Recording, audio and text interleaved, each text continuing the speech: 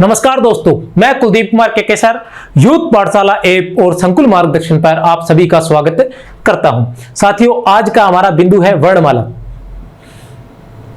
किसी भी पाठ्यक्रम में सबसे पहले वर्णमाला ही आती है और वर्णमाला इसलिए जरूरी हो जाती है, वह पाठ्यक्रम में हो या न हो, वर्णमाला हमें अवश्य याद होनी चाहिए। वर्णमाला के बारे में विस्तार से जानकारी हमें अवश्य होनी चाहिए और वर्णमाला जो है वो समझने का विषय है।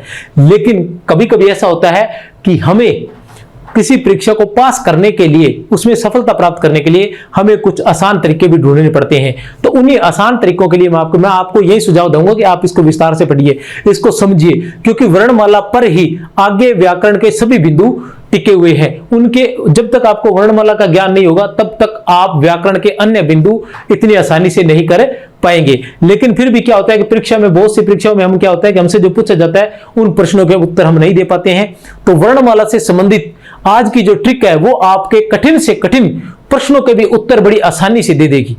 आज की जो ट्रिक है वह वर्णमाला से संबंधित कठिन से कठिन प्रश्नों के उत्तर भी बड़ी आसानी से दे देगी। तो देखते हैं वर्णमाला की ट्रिक क्या रहती है। कहने ट्रिक का इसलिए प्रयोग किया जाता है क्योंकि जब भी हम किसी कार्य को करते हैं तो हमारे पास प्लान रहते हैं, प्लान 1, प्लान 2, प्लान 3। क्योंकि अगर प्लान 1 फेल हो जाता है तो हमें प्लान 2 का प्रयोग करना पड़ता है। उसी तरह प्लान 1 तो हमारा यही है कि हम वर्णमाला को बड़े विस्तार से जाने, प्रत्येक बिंदु को बड़े विस्तार से अनेकों पुस्तकों से उसको समझने का प्रयास करें। यह है प्लान 1। लेकिन प्लान 2 जो है वो ये है कि हम किसी भी तरह से उसको याद करें, किसी भी तरह से ट्रिक के माध्यम से या अन्य किसी सूत्र के माध्यम से हम उसको याद करें। तो ये प्लान 2 के माध्यम से मैं आपको यह ट्रिक बताना चाहूंगा। इस ट्रिक में क्या रहेगा वर्णमाला से।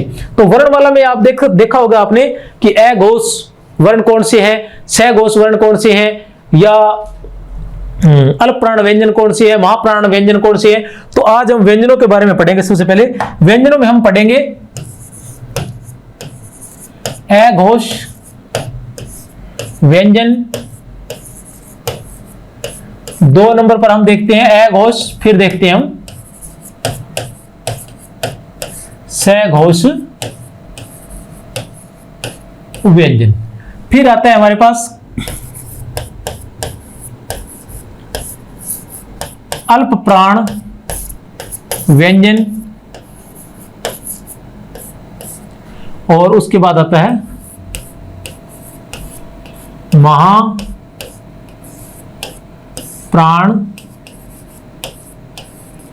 व्यंजन। अल्प प्राण व्यंजन, महाप्राण व्यंजन। अभी हम अल्प प्राण व्यंजन और महाप्राण व्यंजन। सबसे पहले क्या है अ घोष व्यंजन और स घोष व्यंजन। अब अ घोष व्यंजन कौन से होते हैं, बड़े ही आसानी तरीके से बता दूंगा। आपको सिर्फ एक ही याद रखना है, अ घोष व्यंजन 1, 2, श,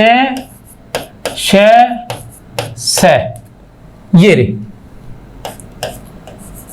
कुल संख्या है इनकी 13। संख्या भी याद कर लेना कि कहीं कोई एक बिंदु छूटता हो तो वो याद रह जाए। संख्या इनकी कुल कितनी रहेगी 13, क्योंकि 13 और ये रहेंगे 20, 33। क्योंकि व्यंजनों की कुल संख्या कितनी मानी गई है, आपको ध्यान हो कि वर्ण कितने होते हैं कुल, बीच में बताना चाहूंगा। वर्ण होते हैं 44, जिसमें से 11 स्वर रहते हैं और 33 व्यंजन रहते हैं। 33 व्यंजन और 11 स्वर रहते हैं। कुल वर्णों की संख्या 44 ही मानी गई है। तो यहां व्यंजन क्या होगा, अ घोष और स घोष व्यंजन दोनों मिलकर योग क्या रहेगा, बराबर 33। अल्प प्राण और महाप्राण व्यंजन दोनों मिलकर योग क्या रहेगा, 33। तो जब तक योग 33 ना आए तब तक आप सोचते रहना कि कहीं ना कहीं कोई समस्या रही है। अब मैं फिर ट्रिक पर आता हूं कि अ घोष व्यंजन में सबसे पहले हम क्या लिखेंगे, 1, 2 और श और स और ये 3, कुल हो गए 13। अब 1, 2 से क्या तात्पर्य है यह भी मैं बता देना चाहूंगा। 1, 2 से तात्पर्य है कि वर्ग। वर्णमाला में 5 वर्ग या व्यंजनों में क्या माने जाते हैं, 5 वर्ग माने जाते हैं। कौन कौन से, क वर्ग, च वर्ग, ट वर्ग, ट वर्ग और प वर्ग। ये 5 वर्ग माने जाते हैं। अब 1, 2 से तात्पर्य है कि क वर्ग क्या, पहला और दूसरा, क और ख। च वर्ग का भी पहला और दूसरा, च और छ। ट वर्ग का भी ट और ठ। त वर्ग का भी त और थ। प वर्ग का भी प और फ। ये जो है कै ख च छ ट ठ त थ और प और फ, ये किसमें रहेंगे? इसमें 1 और 2 में। ये रहेगा वर्ग, ये जो वर्ग होते हैं। उसी तरह से इसके जो 3 4 5 है वो आगे वाले में रहेंगे। अब देखो पहला दूसरा श है। अब पहला दूसरा इसमें आ गया तो कौन से वर्ग रहेंगे? कुल वर्ग में कितने होते हैं? 5 व्यंजन होते हैं। कितने रहेंगे? तीसरा, चौथा और पांचवा। तो ये आ गया अपने पास तीसरा, चौथा और पांचवा। आगे अब श, ये तीनों जो श है ये यहां आगे। अब आगे कौन से आएंगे? कौन से बच गए? ये, रे, ले, वे,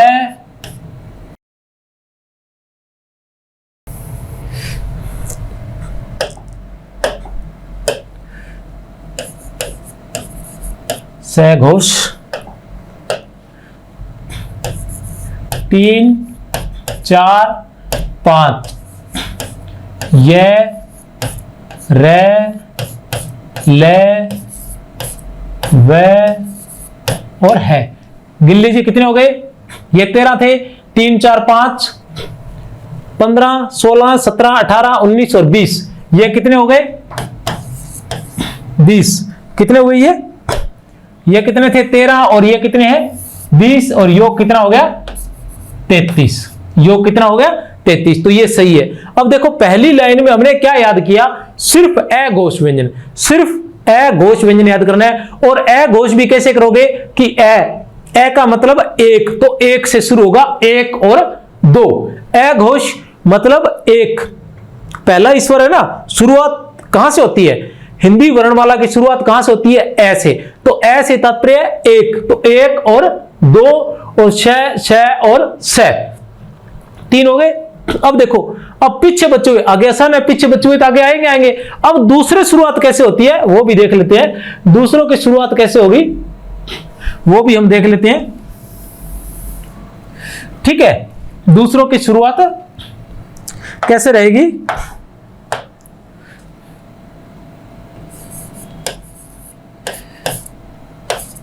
दूसरों की शुरुआत कैसे रहेगी? अब देखो 1 2 ऐसे शुरू है इसलिए 1 2, तो ये भी ऐसे शुरू, अलग प्राण 1 से शुरू हो रहा है तो ये भी 1 से शुरू होगा। 1 3 और 5 अलग प्राण। ये हमें ध्यान रहता है कि 1 में 1 2 है, 1 में 2 4 है, 1 में 1 3 5 है, लेकिन हमें ये ध्यान नहीं रहता कि किसमें क्या होगा। तो इसमें क्या होगा? 1, ये भी 1 से शुरू होगा, लेकिन ये दूसरे वाला 1 है जिसके अंदर 1 3 और 5, मतलब प्रत्येक वर्ग का पहला, तीसरा और पांचवा। पहला कौन सा होता है? कै। तीसरा कौन सा होगा? गे। और पांचवा कौन सा होगा? अणे। इसी तरह से ये पहला, तीसरा और पांचवा ये रहेंगे इसके अंदर। अब श यहां आ गया तो यहां आएगा दूसरे वाला, ये, रे, ले और वे, वो वाले यहां आएंगे, ये, रे, ले और वे। अब यहां क्या आएगा? पहला, तीसरा, पांचवा यहां आ गया तो यहां क्या आएगा?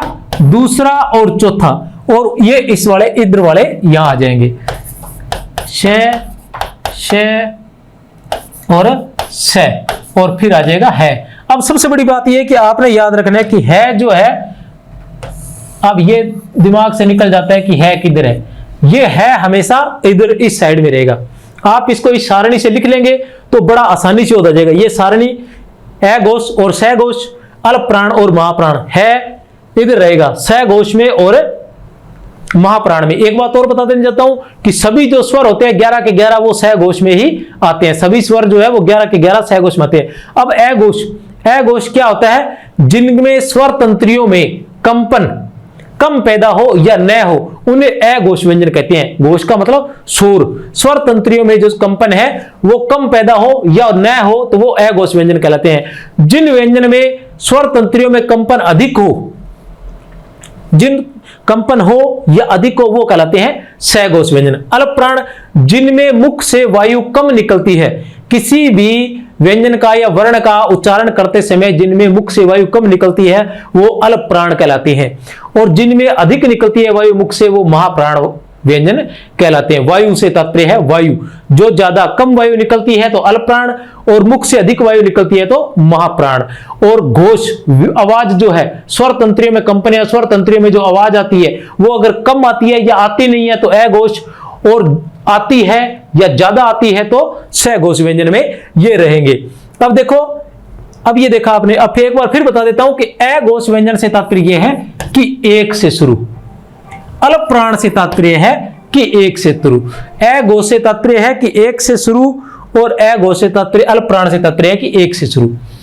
अब सिर्फ याद आपको सिर्फ यही करना है, 1 2 6 आगे वाला अपने आप याद हो जाएगा, कोई समस्या नहीं है, क्योंकि बच्चे वो इधर जाएंगे, 1 2 इधर आ गया और 3 4 5 यहां आएगा और 6 यहां आ गया, तो यह रह ले वह वहां जाएगा। इतने याद करना, यह रह ले और वह। अब देखो इधर फिर अल्प प्राण है, है तो 1 3 और 5, इसका उल्टा हो जाएगा, यह रह ले वह यहां आ जाएंगे, यह रह ले और वह यहां आ जाएंगे और ये वाले वहां चले जाएंगे, 6 और है हमेशा इसी में बना रहेगा। तो इस तरह से आप इन व्यंजनों को बड़े ही आसान तरीके से याद कर सकते हैं ट्रिक के माध्यम से। यह सारणी जैसे ही आपका प्रश्न आए, हमारे पास समय होता है, आप रफ कॉपी में इस सारणी को बना लीजिए, बड़ी आसानी से इस सारणी आपको याद हो जाएगी। इसी के बाद देखते हैं हम स्वर के बारे में।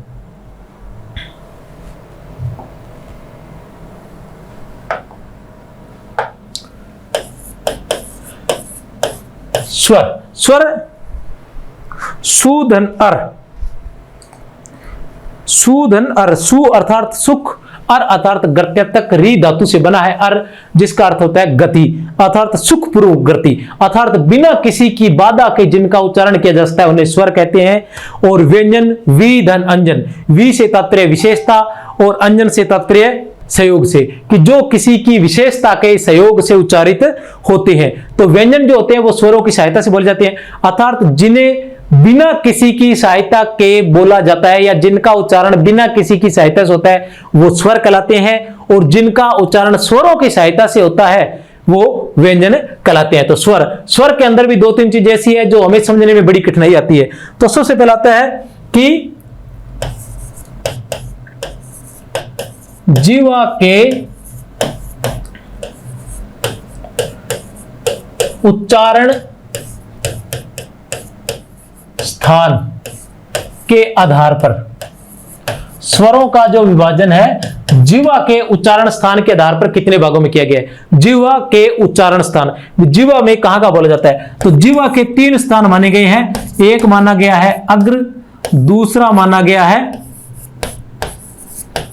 मध्य और तीसरा माना गया है पश्च। अग्र, मध्य और पश्च, ये 3 भाग माने गए जीवा के, कि जीवा के उच्चारण जीव के किस स्थान से, अग्र स्थान से। जो स्वर जीवा के अग्र स्थान से बोले जाते हैं वो अग्र आते हैं, जो जीवा के मध्य भाग से उच्चारित होते हैं वो मध्य, और जो जीवा के पश्च भाग से उच्चारित होते हैं वो पश्च। ठीक है ना। तो अब अग्र भाग से मध्य भाग से, अब मध्य भाग से हमें यह याद रखना है कि मध्य भाग से ए का उच्चारण होता है। किसका होता है, ए का। मध्य भाग से किसका उच्चारण होता है, ए का। किसका होता है मध्य भाग से उच्चारण, ए का। ए का रहता है मध्य भाग से उच्चारण। अब ए का रह गया, इसके जस्ट बाद अपने आगे का क्रम देखेंगे। ए के बाद नीचे हम लिखेंगे आ, ए के बाद उसके बाद ही लिखेंगे ना, क्योंकि आ कब लिखा जाता है, ए के बाद ही लिखा जाता है, पहले तो नहीं लिखा जाता। अगर बाद में लिखा जाता तो हम ऊपर लिखते, पहले लिखा जाता तो हम ऊपर लिखते, लेकिन अब ए अगर मध्य में, हमें क्या याद रखना है, सिर्फ ए याद रखना है कि ए कहां आएगा, मध्य में। ए कहां आएगा, मध्य में। मध्य में हम ए ने लिख दिए कि ए का उच्चारण कहां से होता है, मध्य से होता है। तो मध्य से बोला जाना, जीवा के मध्य भाग से उच्चारित होने वाला केवल ए है। ए आ गया, ए के बाद क्या आता है, आ आता है, तो ये आ यहां लिख दिया कि आ इसके पश्च भाग से उच्चारित होता है। अब आ इसके आगे कोई जगह नहीं है, तो वापस हम ऊपर चलते हैं, ई और ई, ई और ई जो है वो अग्र भाग से उच्चारित होती है। उसके बाद वापस हम नीचे आ जाते हैं, ऊ और ऊ, ये पश्च भाग से उच्चारित होते हैं। अब इसके बाद ऊ और ऊ के बाद क्या रहता है, फिर ऊपर चले जाते हैं, ए और आई, फिर नीचे आ जाते हैं, ओ और औ, ओ और औ। इसके बाद 2 और बच जाते हैं हमारे पास, एक री और एक अंग्रेजी भाषा के लिए प्रयुक्त किया जाने वाला आ। तो ऊपर आएगा री और नीचे आएगा आ। डॉक्टर वगैरह में जो यूज किया जाता है वो वाला है ये, देखिए। तो इस तरह से हम बड़ी आसानी से हम याद कर सकते हैं। एक बार फिर से बताता हूं आप लोगों को कैसे, कि मध्य, सबसे पहले हमने क्या करना है, मध्य में क्या लिख दिया हमने, ए लिख दिया कि मध्य भाग से केवल एक जीवा के मध्य भाग से केवल एक ही स्वर का उच्चारण होता है, वो है ए। और ए के बाद हम लिखेंगे आ, क्योंकि उसके बाद ही लिखना है, आ लिख दिया। आ के बाद हम वापस ऊपर जाएंगे ई और ई, फिर वापस नीचे आ जाएंगे ऊ और ऊ, फिर वापस ऊपर चले जाएंगे ए और आई, फिर वापस नीचे आएंगे ओ और औ, और फिर री और आ लिख देंगे। इस तरह से मुझे लग रहा है कि इस तरह से आप लोगों के लिए आसान रहेगा।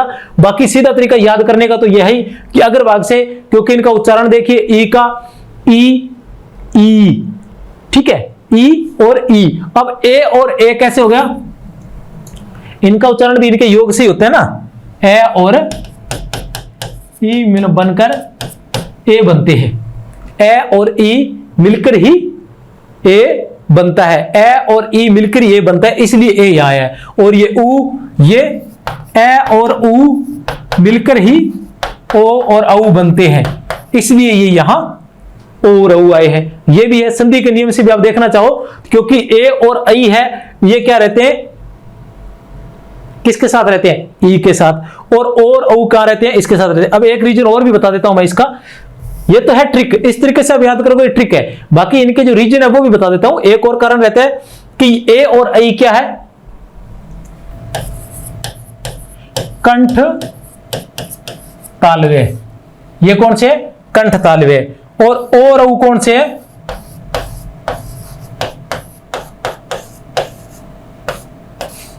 कंठोष्टे। ओ और औ कौन से है, कंठ ओष्टे। ओ और औ कौन से है, कंठ ओष्टे। अब देखो ए और ई, ए क्या है, कंठ है, और ई क्या है, तालव्य। ए क्या है, कंठ है, और ई क्या है, तालव्य। तो इनके योग से बना ए। उसी तरह से कंठोष्ट है, ए क्या है, कंठेश्वर, और ऊ क्या है, ओष्टेश्वर, और इनके योग से बना ओ, कंठ ओष्टे।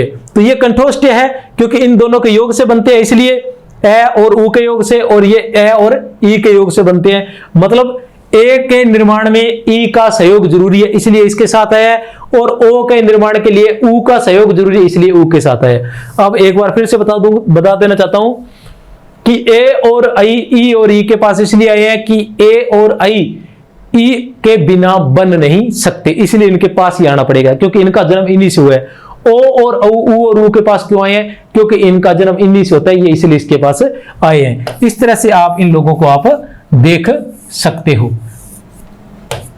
तो ये है इसकी किसकी, जीवा के उच्चारण स्थान के आधार पर याद करने की ट्रिक, अगर मध्य और पश्च, अगर मध्य और पश्च। अब इसी तरह की एक ट्रिक और है, छोटी सी मैं आपको बता देना चाहता हूं। एक बात याद रखना कि ए और आ, क्या याद रखना है आपने, ए और आ कहां आए हैं, अंत में आए हैं। उसमें भी आपको ये अंत में ही दिखाई देंगे, वो है मुखाकृति के आधार पे।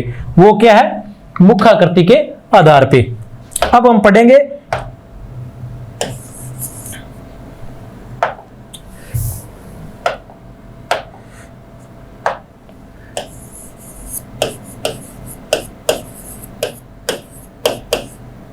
मुखाकृति के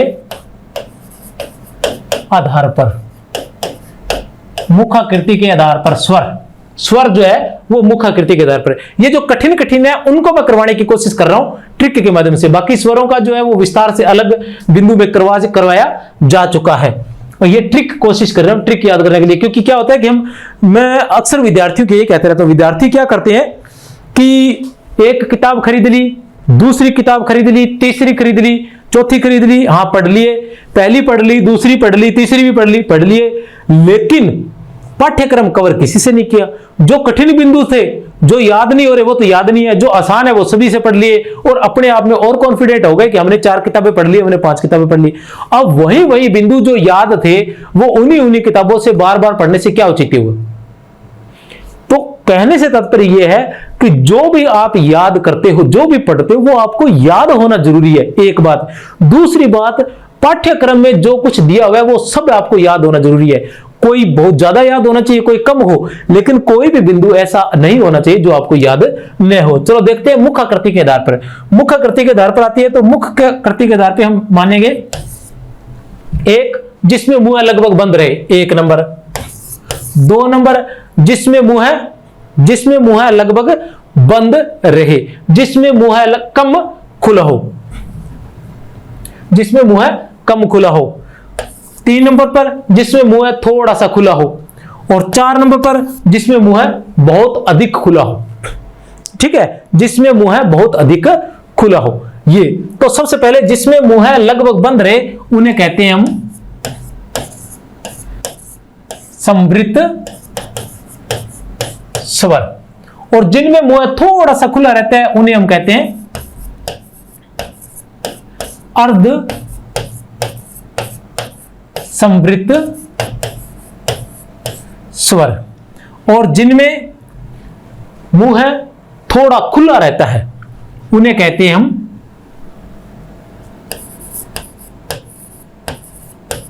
अर्ध विवृत स्वर, और जिनमें मुंह पूरा खुला रहता है उन्हें हम कहते हैं विवृत स्वर, उन्हें हम कहते हैं विवृत स्वर। अब देखिए, अब मैंने पहले बताया था आपको, क्या बात बताई थी कि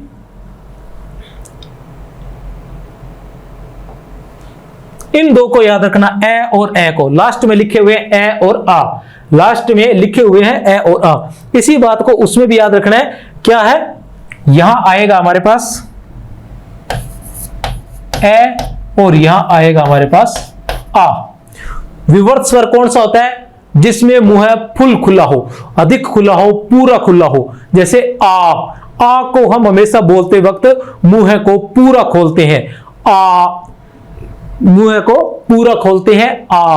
और ए को थोड़ा सा कम, ए मतलब इससे थोड़ा कम। ये रहता है अर्धविवर्त और ये रहता है विवर्त स्वर। अब हम आते हैं संवर्त स्वर। संवर्त स्वर में मुंह लगभग बंद रहता है, तो ऐसे कौन कौन से हैं, एक तो ई, ऊ और ऊ। फिर आता है जिसमें अर्ध संवर्त, अर्ध संवर्त, इसके बाद वाले कौन से आते हैं, ए और ओ, ए और ओ, और उसके बाद आएगा